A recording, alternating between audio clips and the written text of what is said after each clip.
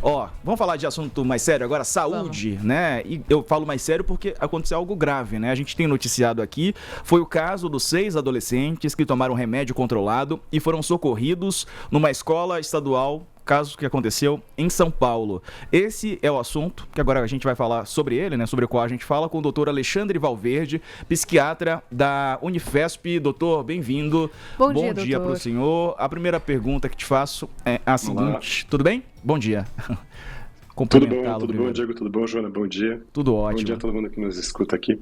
Doutor, a pergunta que eu queria te fazer é sobre a importância de saber qual foi o motivo da intoxicação, né? A professora tirou uma foto, me parece que isso foi passado para as equipes médicas, equipes de socorro, e eles conseguiram atuar prontamente, né? Com uma espécie, vou usar a palavra, aí o senhor pode me corrigir, de antídoto a essa intoxicação. De antídoto, sim. Isso. Como é que funciona isso quando, enfim, a gente torce para que isso não aconteça, mas qual que é a importância nesses casos, né? A gente saber exatamente qual a substância provocou aquela reação na criança, adolescente, enfim, na pessoa que, porventura, se intoxicar. Claro, é porque como foi a utilização de uma medicação, você tem que supor qual medicação pode gerar esse tipo de efeito. No caso, foi uma sonolência, uma espécie de estado comatoso. Então você pode usar, por exemplo, para os benzodiazepínicos, uma substância para reverter esse efeito. Mas poderia ter sido outras substâncias, poderia ter sido um antidepressivo, um antipsicótico, um estabilizador do humor, e que não necessariamente você vai conseguir ter um antídoto para ação imediata. Você vai ter que esperar a pessoa metabolizar aquela medicação, hidratar aquela pessoa e cuidar dos efeitos colaterais que porventura possam aparecer como questões ligadas a controle de pressão arterial, controle de batimento cardíaco, coisas nessa linha. Foi importante, então, isso ter acontecido e terem tirado essa foto. Agora, o que a gente pode dizer sobre esse caso no sentido do alerta? Porque chama muita atenção, né? Muito triste, muito angustiante a gente pensar. A gente não vai falar nem sobre a motivação, né? O que levou as crianças, qual era o objetivo. A gente tem especulações sobre isso, temos entrevista com uma tia de um outro aluno que estava muito preocupada, disse que, enfim, poderia ter sido um desafio na internet. Essa discussão ela é muito, muito longa, né? Complexa. Mas qual é o cuidado que os pais precisam ter? Porque hoje em dia muita gente tem remédio de uso controlado em casa, né? E às vezes fica de fácil acesso para a criança. Sabe o que a gente pode comparar, doutor, com aqueles casos absurdos que a gente vê de criança que pega a arma do pai e dispara sem querer? É um pouco exatamente. Isso. Sim. Não é um pouco, é exatamente isso. Assim, a gente tem que ter o cuidado de que uma medicação psicotrópica, né, uma medicação que faz efeito sobre o cérebro, ela tem que ser uma medicação guardada com muito cuidado.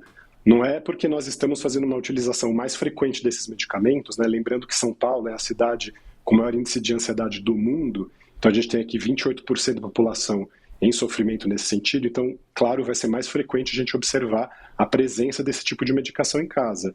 Então, os adultos são responsáveis pelo manejo dessa medicação, inclusive se esse tipo de medicação for prescrito para crianças e adolescentes. A responsabilidade sobre a guarda desse medicamento, onde ele vai ficar disponível em casa, tem de ser do adulto que está ali cuidando dessa criança responsável. Então, tem que ser considerado como a mesma coisa que a gente faz com algum produto químico mais agressivo, que você não vai deixar ao alcance da criança, você não vai deixar num armário aberto, você não vai deixar num lugar de fácil acesso. A gente tem que tomar cuidado com isso, porque pode haver esse risco de intoxicação, sim. Verdade. Aproveitar que sua experiência como alguém que atua na área de saúde mental, né? Qual que é a recomendação que o senhor dá para pais, mães responsáveis, enfim, tutores, tutoras, para conversarem com esses menores, né? O que deve ser dito, o que deve ser falado sobre esses medicamentos? Se tiver em casa, tem que jogar aberto mesmo, falar, olha, se for o caso do pai ou da mãe usarem, a gente usa esse medicamento para isso, ou não fala sobre o assunto? O que o senhor diz, né? É interessante, vai depender muito da idade da criança e do adolescente, da capacidade de compreensão. Eu não sei se essa medicação que essas crianças utilizaram, se era delas, prescrita para elas, e elas acabaram usando em excesso, ou levaram para a escola para fazer uso abusivo disso. Eu não sei os detalhes da história desses meninos. Mas se for medicação dos pais, é imprescindível que esteja num lugar inacessível, num lugar de difícil acesso, ou, se possível, num lugar fechado, a chave, por exemplo. É importante, sim, que as famílias tenham essa comunicação sobre a vivência, né, de uma depressão, de uma ansiedade ou de qualquer outro problema psiquiátrico em casa. É importante que as pessoas da casa saibam que aquela pessoa está se tratando e que isso demanda cuidados, não só de ordem medicamentosa, mas também outros cuidados, né, terapia, atividade física, boa alimentação. Então, sim, é importante que essa comunicação aconteça, é importante que isso seja dito à medida da capacidade de compreensão da idade daquela criança, do nível de maturidade daquele adolescente, para que isso não seja um tabu, que isso não seja visto como um defeito, uma aberração fazer um tratamento dessa ordem. De maneira nenhuma, ele é cada vez mais comum. Então, é importante que haja essa cultura, né, da saúde mental e dos cuidados ao adoecimento, sem dúvida nenhuma, mas tomando todas as precauções possíveis para evitar esse tipo de situação, como, por exemplo, um uso abusivo ou uma intoxicação por um remédio que deveria ter sido prescrito para o adulto e que, se estava na mão desses adolescentes, alguma coisa aconteceu aí. Doutor, só para a gente encerrar, a gente tem pouquinho tempo, quais são os sinais de alerta para pais que querem ficar atentos a possíveis sintomas dos filhos que estão passando por alguma dificuldade, por algum momento, né, de mais angústia, melancolia, tristeza, depressão, ansiedade? Quais são os principais sintomas em crianças? Perfeito. Então é importante observar que essas alterações do comportamento, elas vão se dar em diversas dimensões da nossa vida. Não é só o humor, por exemplo. E mesmo o humor, não necessariamente aquela criança vai estar triste, chorosa.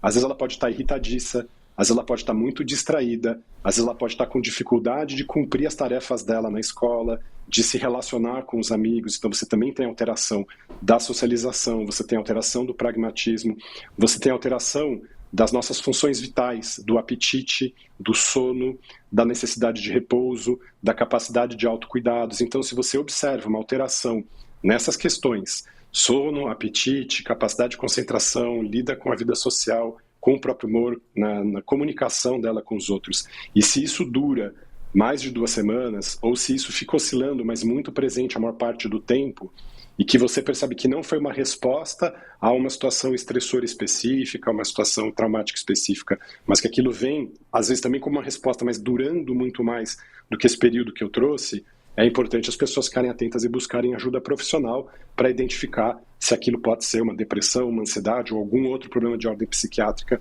que está acontecendo. Então, a chave aqui é alteração do comportamento sustentada por mais de 15 dias, tem que fazer o farol aí, o alerta acender.